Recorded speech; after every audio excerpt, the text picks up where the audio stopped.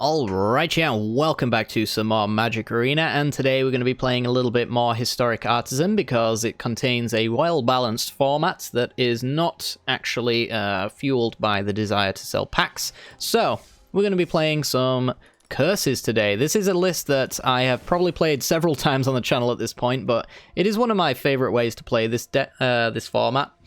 So I wanted to try it out. The main reason for wanting to try it out is Trespasser's Curse, a 2-mana enchantment or a curse from Amonkhet Remastered. It says you enchant a player, you're going to enchant our opponent, and whenever a creature enters the battlefield under an enchanted player's control, that player loses 1 life and you gain 1 life. So basically, we're going to punish our opponent for playing creatures. We also do a number of other things in this deck as well, like punishing our opponent for attacking. Revenge of Ravens, being a 4-mana enchantment, says whenever a creature attacks you or a planeswalker you control, that creature's controller loses 1 life and you gain 1 life.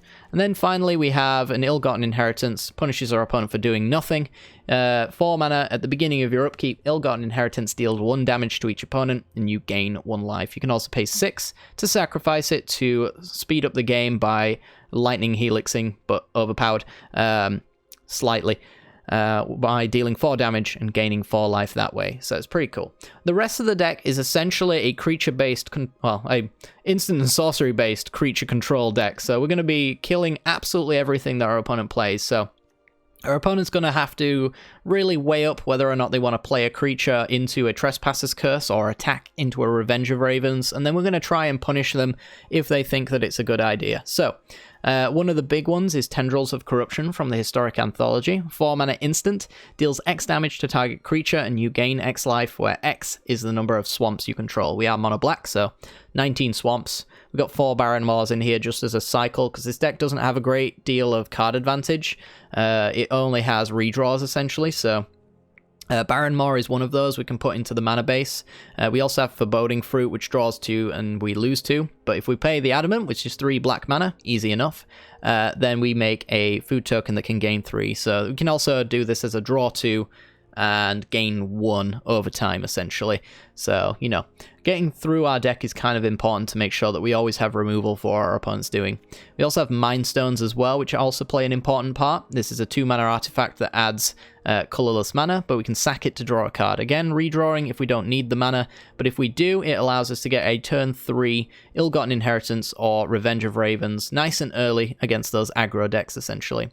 Other new cards include Innocent Blood, a 1-mana sorcery, says each player sacrifices a creature. We don't run any, so this is one-sided. This is a 1-mana, our opponent sacrifices a creature. Could consider going up to 4 of this card. It's pretty decent, although it doesn't give you the choice of the card you kill. But in the early game, there's not really going to be a choice for your opponent either. It's just going to kill their one thing on board. And hopefully you keep your opponent's board nice and clean, so that the sacrifice ends up mattering. We also have 2 copies of Doomfall as well, which I want to try out. 3-mana sorcery. You choose one of these. You either exile a creature an opponent controls. So, again, it's a sacrifice-based effect. Gets around the hexproof thing from the Dimir deck that was a lot of trouble for this deck back in the day. It's a 3/3 flying hexproof Death Toucher, I think, in a Dimir list that's built around Disinformation Campaign. That one is kind of hard to deal with and kind of gets around the Revenge of Ravens and things like that. But with Doomfall, we get to destroy it without them actually being able to protect it, in a sense. And we can also use it as Hand Disruption as well, to exile a non-land permanent from their hand for the opposite effect here. The rest of the deck, though, is just straight up removal. We've got Bloodchief's Thirst from Zendikar, really awesome. 1 mana early game to destroy a creature with 2 or less converting mana cost, which is actually a surprising amount of powerful cards in this format. Things like Ajani's Primates come to mind. And if it's kicked, you actually get to destroy a creature or planeswalker of any converted mana cost. So, you know, we can kill Narsets if they're stopping us from drawing with our Innocent Bloods, or, our Foreboding Fruits. It doesn't come up very often, but, you know, you want to kill your opponent's card advantage the best they can.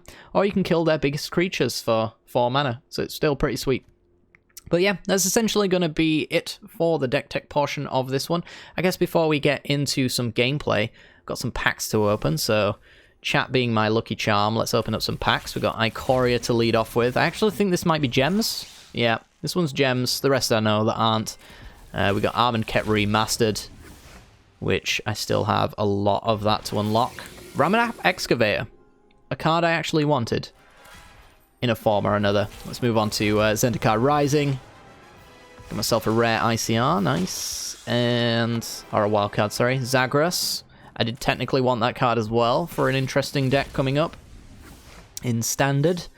And Mythic Wildcard. Thank you, chat. You really are a blessing. Give me those wildcards. Hand them over. Cragplate Baloth. That one's a bit crappy, but, you know. We had some pretty good pack openings anyway. But yeah, if you do enjoy the content, you want to see more of it, make sure to hit that like button and subscribe. And without further ado, let's continue forward. This video is brought to you by the generous support of our wonderful patrons and channel members that you see here. If you'd like to support the channel and get access to cool content like sneak peeks, bonus videos, polls on future content, or access to a personal deck critique from myself every month, then hit the join button down below, or check out the Patreon link in the description. With all that said, let's get into the gameplay.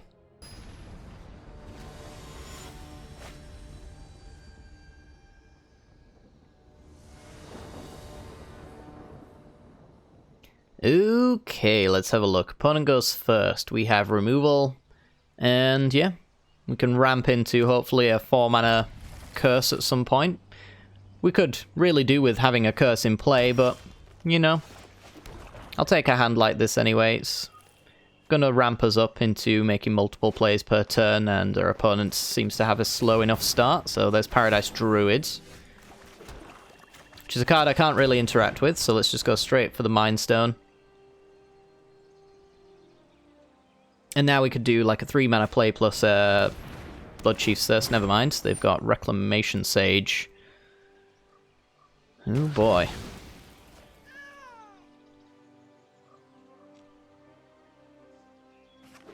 Well, good to have them getting that out of the way now, I suppose. Trespasser's Curse looks very useful. So I'm going to go Curse, and then I'm going to get rid of the Paradise Druid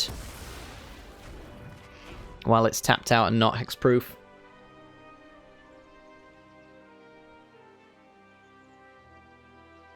And now we're punishing our opponent for playing creatures, which is great. They do have the Hashep Oasis, which can make them bigger than normal. But just killing creatures is really all I care to do right now. So right now we've got, yeah, Bloodchief's Thirst on the Woodland Champion into a cast down on the Reclamation Sage. Gets the board clean. And forces our opponent to continue to play into the curse. That's not too bad. Okay, so what we could do is Foreboding Fruit, try and find a land drop, which is kind of important into Bloodchief's Thirst if we do. The price of that is taking an extra 3 if we don't. But I gotta imagine drawing 2. There's going to be a land in there somewhere, right? Our alternative is to Bloodchief's Thirst and then cast down like Reclamation Sage, I suppose. And then we just take 3. We're going to take damage either way. Let's just do it. Revenge of Ravens is fantastic, and we got exactly what we wanted there. Let's get rid of the Woodland Champion. So we're going to take a little hit here. However, Revenge of Ravens is going to make it really difficult for our opponent to win. They just need to find Reclamation Sages, I guess, at that point. So we've got to be very careful to not do math that assumes that we live as long as Revenge of Ravens is around, because it may just disappear out of nowhere. Okay, so our opponent does have a Lord-esque effect here, which, as we mentioned, got to keep Revenge of Ravens math out of the equation. We can still stay alive even if the Revenge gets killed here by a Reclamation Sage. Imperious Perfect. So our opponent is just playing elves. This is a lot of damage, but we have a lot of removal, so we should be good. Take 1.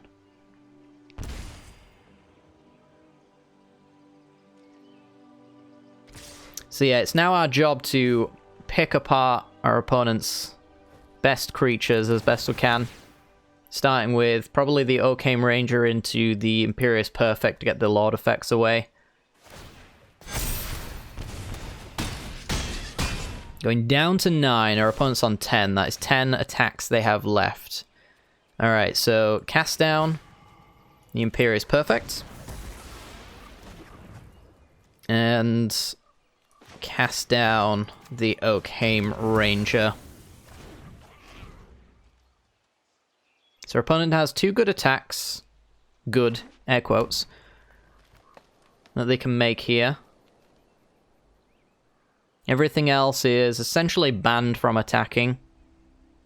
And we have the removal in hand already to take care of those. Hashep Oasis is a sorcery as well, so... we take 2, so does our opponent. 8 attacks for them left. 7 attacks for them left. We draw a land, and that means we can go with Mind Stone. Blood Chief's Thirst, the Dwynen's Elite. Plan on using Heartless Act, I guess, on Paradise Druid at that point. Can always hold open the Heartless Act as well for this Hashep Oasis, so if our opponent puts it on the Paradise Druid and attacks, we can kill it in response to the attack trigger from the Revenge of Ravens, and our opponent should leave on that. We could also just put it on a token and encourage me to attack that, but I don't know if I'd take that. It's only 3 points of damage. So I'm going to attack with everything that can at least somewhat profit from it.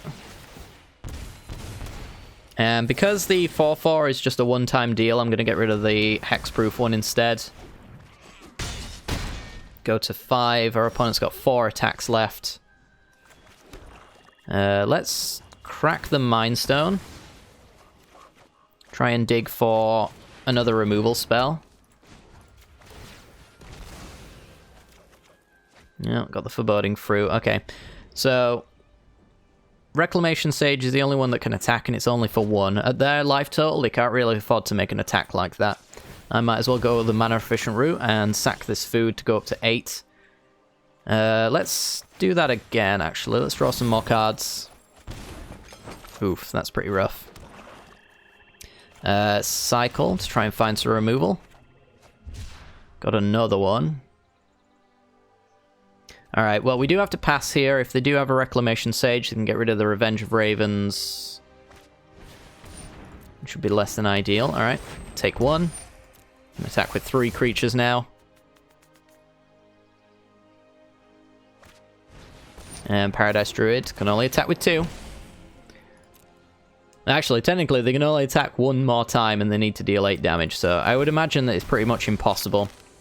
So this is a situation we want them to be in, which is one where they can't afford to attack me. And it's only a matter of time until I win the game. So let's just dig for our Ill-Gotten Inheritance to finish off those last 2 points of damage. Passing the turn with Heartless Act ready to deal with anything here, or maybe even the food token. Lead the Stampede. It's probably going to start trying to dig for another Reclamation Sage. I'm going to guess that's really the only reason that they're not quitting out of this one. Well, if they play any of them, they'll lose. Yep. Okay. Pretty good. Pretty good. Alright, well, next game.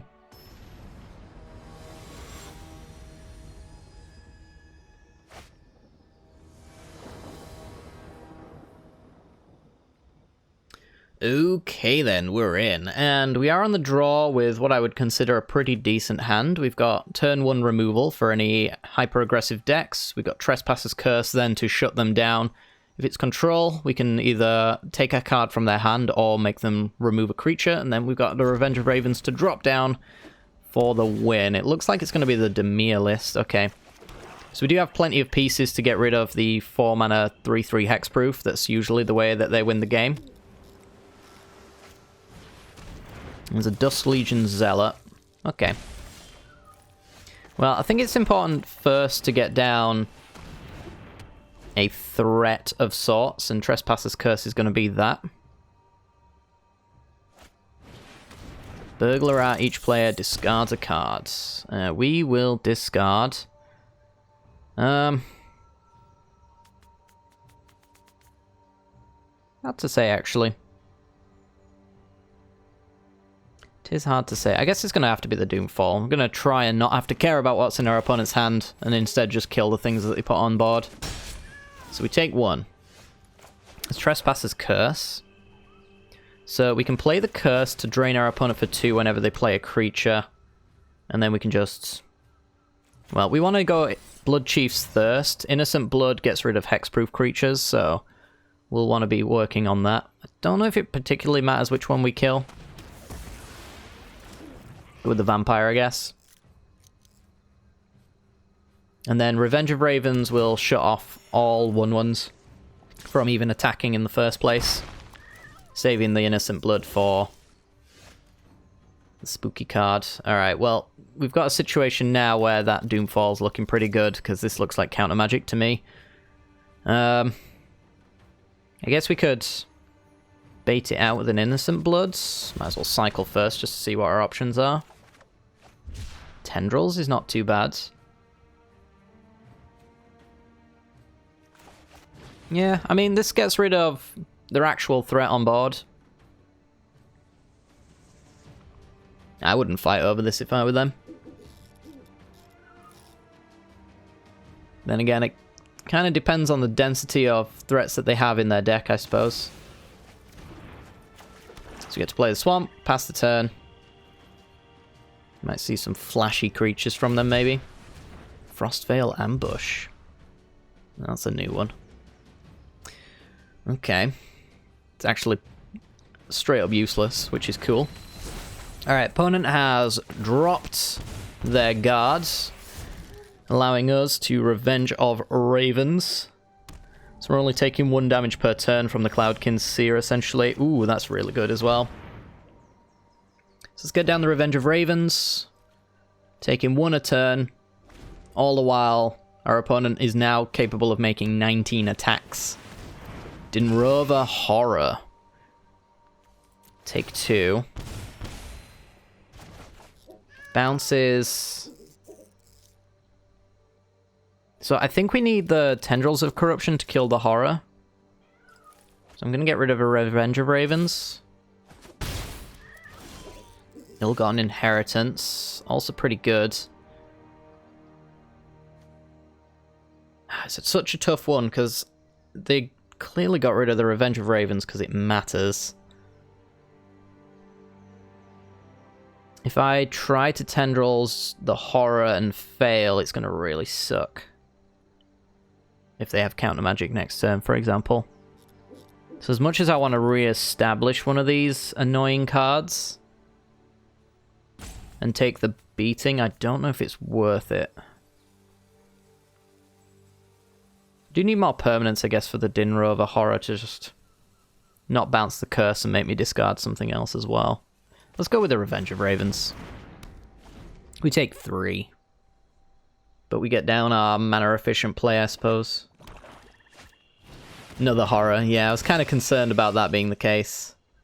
So they take 2.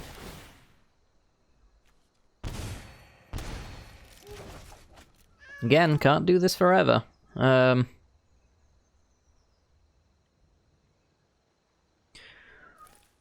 Inheritance essentially locks them out of the game. But we do have another one. I'm gonna go drop the Inheritance, I suppose. I want them to be incapable of attacking me. Which is currently not obviously a possibility. Cast down's very nice. But we do want to go with the Revenge of Ravens. Blocking combat out is very key here. And then from this point, we're going to try and... Oh my god, are you serious? Wow. Okay, take 2. That is absurd. Get rid of cast down. 3 Dinrova Horrors. Go down to 9. So I can gain 5 here by killing a Horror Or I could play the Revenge of Ravens. Revenge of Ravens puts me up to 10, 11, 12, 13, 4, 8, 12, 13, 14. Yeah, so it's not enough. I have to just Tendrils and Dinrova Horror at this point and gain 5.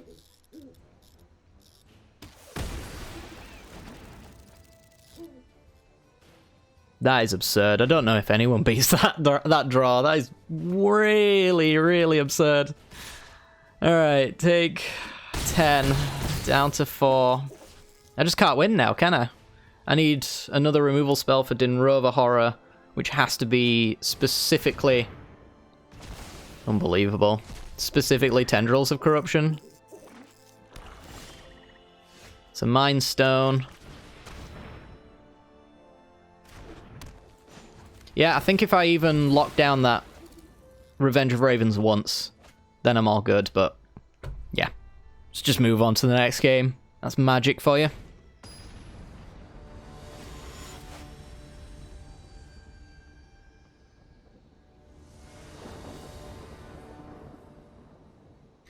Okay, on the play with Revenge of Ravens, Ill-Gotten Inheritance, and a Mind Stone to get them down on 3. This looks pretty good to me. So let's do this. What is our opponent playing? Malakia Rebirth. Okay, gotta keep that in mind. It's definitely a relevant piece of information that our opponent can lose 2 life to reanimate a creature if I try to kill it, for example. Archfiend's Vessel being a creature of that style, I guess. And then there's a Hateful Eidolon. Alright, so we're gonna get down the Revenge of Ravens here. Unless our opponent's got a Farrakha's Rebirth or the new 2-mana lose life removal spell. That's going to stick around and bother our opponent somewhat. It's actually just completely damage neutral though, because they lose 2 and then gain 2.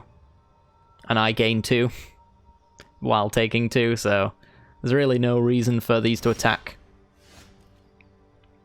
But with that in mind...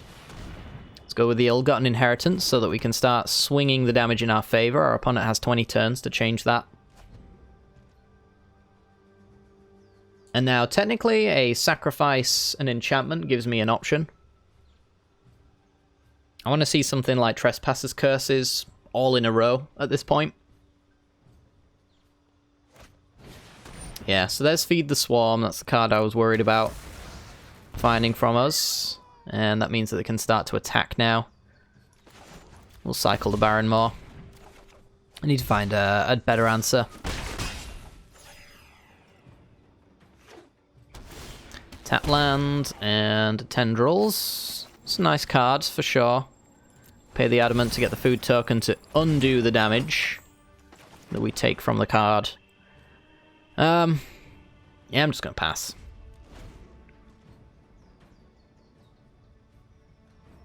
I won't be Tendrilsing any of this stuff. Oh, 3 or greater. They get to take my Tendrils. Couldn't Tendrils if I wanted to. Alright, well. Only 1 card for them to take.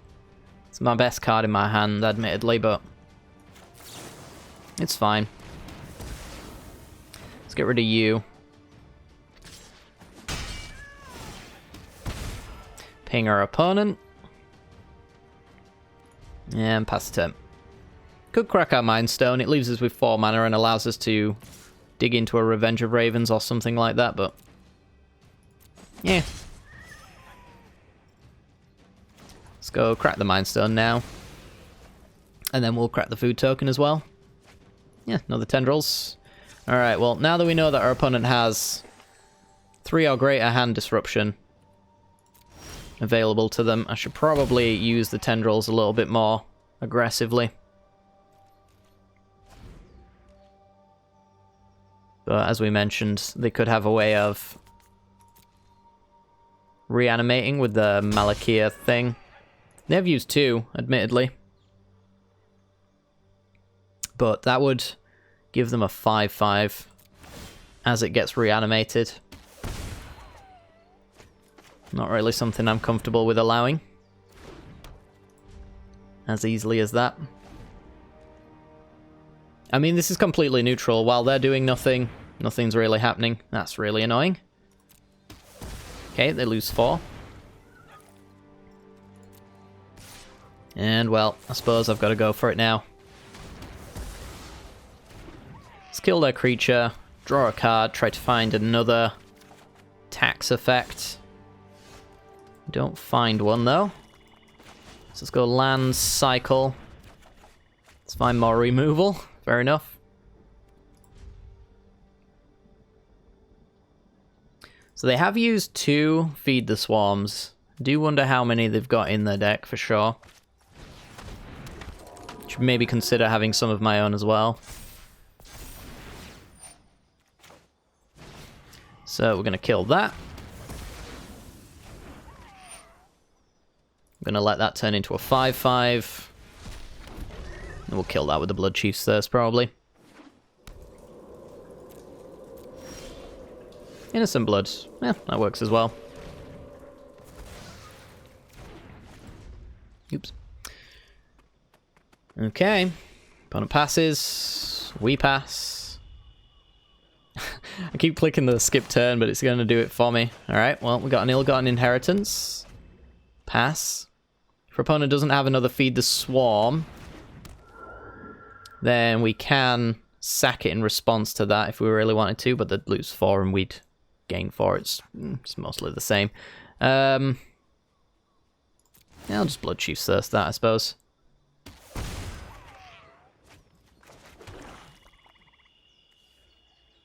Yeah, I need to do something that leaves me with at least 6 mana, so I can only really play the 2 mana removal spells here, I think. Might as well get rid of the conditional one, or the somewhat conditional one. Pass the turn. So they're on 12. They're losing 1 life every single turn. We've got removal for 3 creatures. Just really want to find more Trespassers' Curses and things of that nature that stop our opponent from playing the game. All the while, they will just discard cards. This wouldn't let me use the Ill-Gotten Inheritance's activated ability unless I drew a Swamp, but that's fine, I think. Let's go with the Mind Stone into the Revenge of Ravens. Prevents 1/1s from attacking. So it looks like they've got a handful of removal in a lot of cases. Drain for 4. Considered putting that in my deck as well, but I don't know. Just seemed unnecessary. Let's go with Mind Stone. Okay. Drew nothing of note there. Underworld Dreams. Let's activate our food. Take 1 for the turn. But our opponent's losing 1 and we've countered that. They've got a second one. Now we're losing 1 a turn, but we got 20 turns to do that, which is more than enough to win this game. Trespasser's Curse.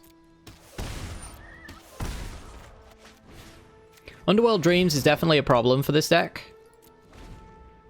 Might be a reason to have our own Feed the Swarms in the deck, honestly.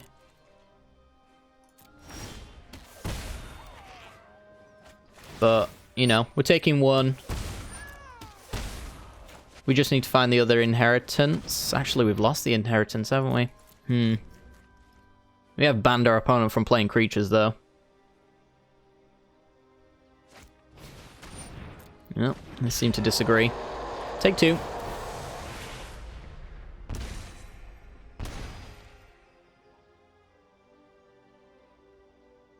So, I really do want to Tendrils our opponent, which would gain us 8 life, which is relevant, but our opponent has almost certainly got removal in their hand. And they could remove it in response to stop me gaining that life. I can't double Tendrils, so... I think I'd leave it on board, though.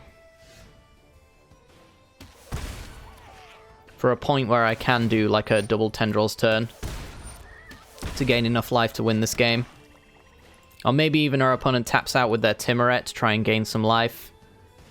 And we'll Tendrils in response. So it only gains life for each creature. We don't have creatures in our deck, even though they're hovering into it. So they're going to have to eat their own creatures, which shuts off their Call of the Death Dwellers. And other things of that nature, I'd imagine. So they could gain 2 here. They've got no reason to do any more, so I'm going to go for the double tendrils. We either gain 9 now, or we gain 9 off the next one. And that should halt our opponent's ability to win this game, I would say. I'm going to eat the cards that I can't get back from my graveyard. Fair enough. So we go up to 28. Our opponent goes up to 10.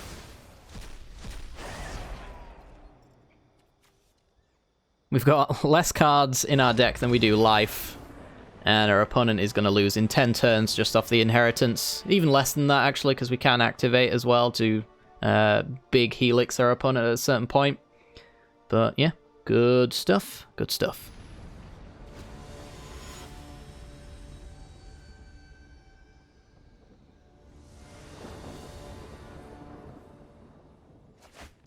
Alrighty then, let's have a look-see. On the draw with a turn 1 Innocent Blood, turn 2 Cast Down, turn 3 Hand Disruption, turn 4 Revenge of Ravens. On the draw as usual. This is fine. I don't mind this hand. We're going to keep. See what our opponent's playing. It's white. Kitesail Cleric. If he was kicked, tap creatures. So it might be blue-white flyers. I'm probably inclined just to kill everything on its way down. Maybe focus a little bit of my removal on Empyrean Eagles and things like that, though. Let's see. Do I want to Baron more? I think I play the Swamp here, just in case they've got, like, flash creatures. I could cast them down if I wanted to. Or even an Empyrean Eagle. Like, Fairy Vandal seems cast downable. For sure. Next turn I could go with the Baron more, so I have the 4 mana for the Revenge of Ravens. So it is blue-white flyers, but it's an unorthodox build of it.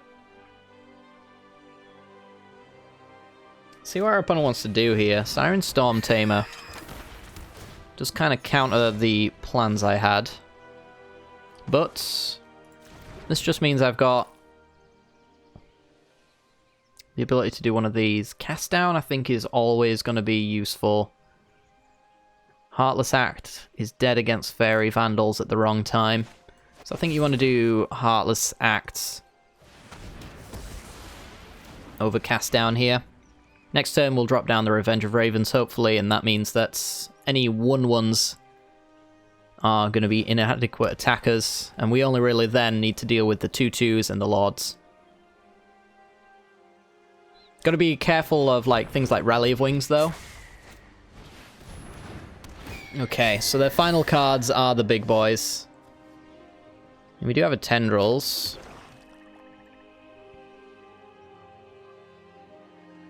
So we could Tendrils as a 3 to kill the Empyrean Eagle, right? This gives cost reduction and gets bigger based off of creatures. This just makes every creature bigger. Gotta imagine that last card like a Rally of Wings or something like that, so killing the Eagle now is better than killing it later. It's hard to say whether or not I should have cast it down, though. Ooh, Watcher. With a Curious Obsession into another Curious Obsession, okay. So opponent draws some cards. If they don't play any creatures here, I am going to Doomfall them. And make them sacrifice that Watcher. Card advantage is not something we can allow. Kitesail Cleric. So I'm going to have to cast it down.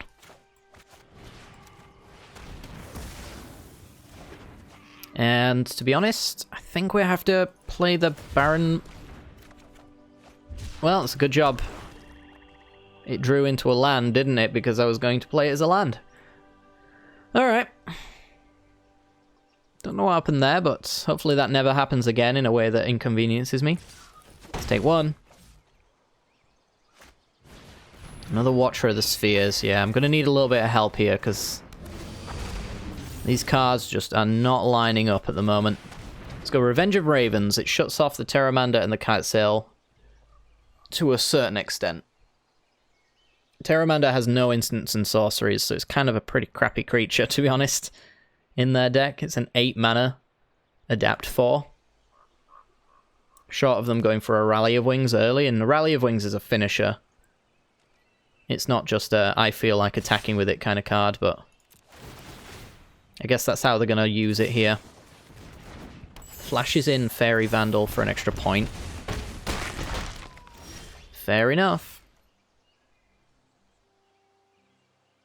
Okay, Innocent Blood. Sack a creature.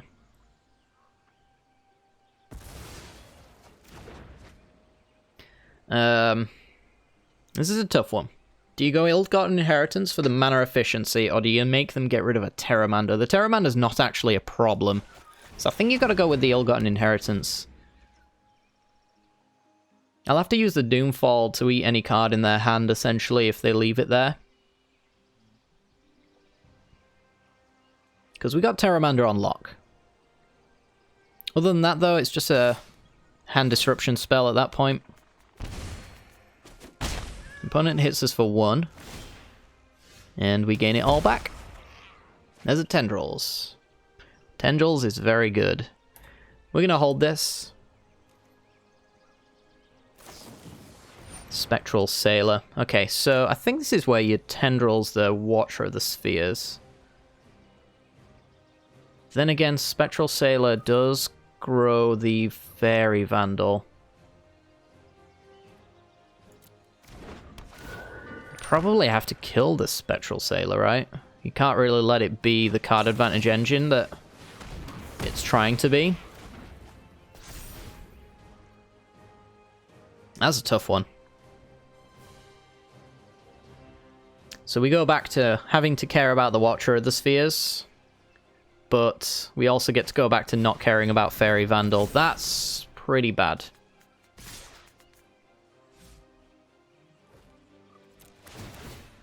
You should get in with the Fairy Vandal, right? Because you draw a card here. Oh no, you don't draw it until post-combat, of course. Now, next turn, you start swinging in with it. Doomfall on a creature is now kind of just fine.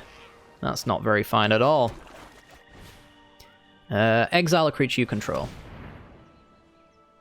Which one do you get rid of? Everything but the Pteramander has the chance to grow over time, so that's the way we're going to go. Take 2. Got to hold on tight here. Our opponent's going to have more cards than us for a long time to come, and a growing Fairy Vandal. We need the Fairy Vandal answer, and it can't be a Heartless Act. But our opponent is on 11 with no signs of any kind of life gain. I'm now going to destroy 1/1s with the Trespasser's Curse here. Which means they're probably going to have to be a bit more reliant on the Pteramanders and the Fairy Vandals here. Digging for Rally of Wings to make their attack worthwhile in the end. Because they're on 9 and they are getting closed out of that opportunity to really deal any damage. Another Trespasser's Curse. Okay, so ban more creatures from entering. The board as it stands is fine as long as Fairy Vandal dies. Come on. And they're losing 2 per attack as well. They're not gaining that back.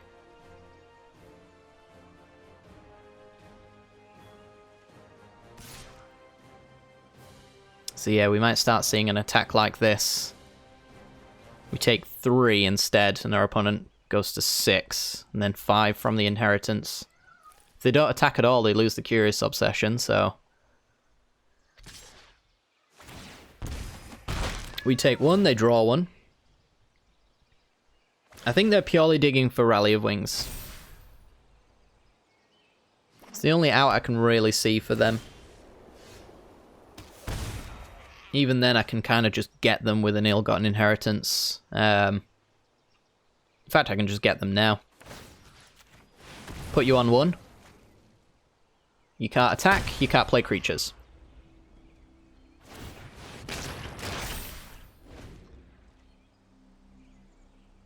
So they've got to win with what they've got right now. And they can't do that. They can't Rally of Wings me, realistically, in time. enough to 21 me. Yep. They'd have to have something like a Revitalize, something to gain them life on the spot. They could do maybe a Tranquil Cove to gain 1 life, up to 2, and that allows 1 creature to attack for a turn, until I play Revenge of Ravens. And then something comes of it, but yeah, that's really all they can do. Alright, well, that is going to do it for today, ladies and gents. Hopefully you've enjoyed today's video. I'll say that this deck needs a little bit of work. I don't think it's really where it needs to be, but this is one that I'm constantly tweaking, so it always has its ups and downs every time I play it. But it's been a lot of fun playing it anyway. I do very much enjoy it. It's a reason why it's kind of like the 3rd on the channel this time. I think one thing that this deck wants to have is maybe a 3rd Ill-Gotten Inheritance. It could also do with some Feed the Swarms as well to take care of enchantments, dealing with, you know, Banishing Lights and Conclave Tribunals. Seems like a thing that we'd want to do. You could even swap out maybe the Doomfalls for Farrakha's Libations for a kind of similar effect. I just wanted to try out this card. I think Innocent Blood's pretty good. You could maybe pull that up to a 4 as well. Cry of the Carnarium. I think we never really needed this card. I'm sure there's probably an opportunity when we do, but never really found a point where Cry of the Carnarium was just going to win us the game on the spot.